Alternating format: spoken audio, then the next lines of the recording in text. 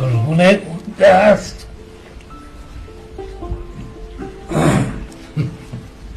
حاج آقا دیگه مریض نمیشم انشاءالله.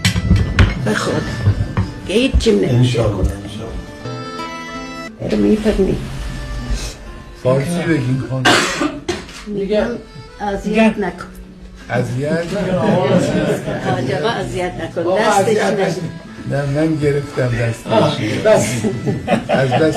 از بس خوشم اومد از خیلی ممنون متشکرم. ما با امید زندگی کردیم حاج آقا، ولی شما که تشریف بردید امیدمون بیشتر شد. خیلی مرخص فرمودی؟ خدا از سلامت. خدا حافظ. خدا حافظ خانم. قربان میشم.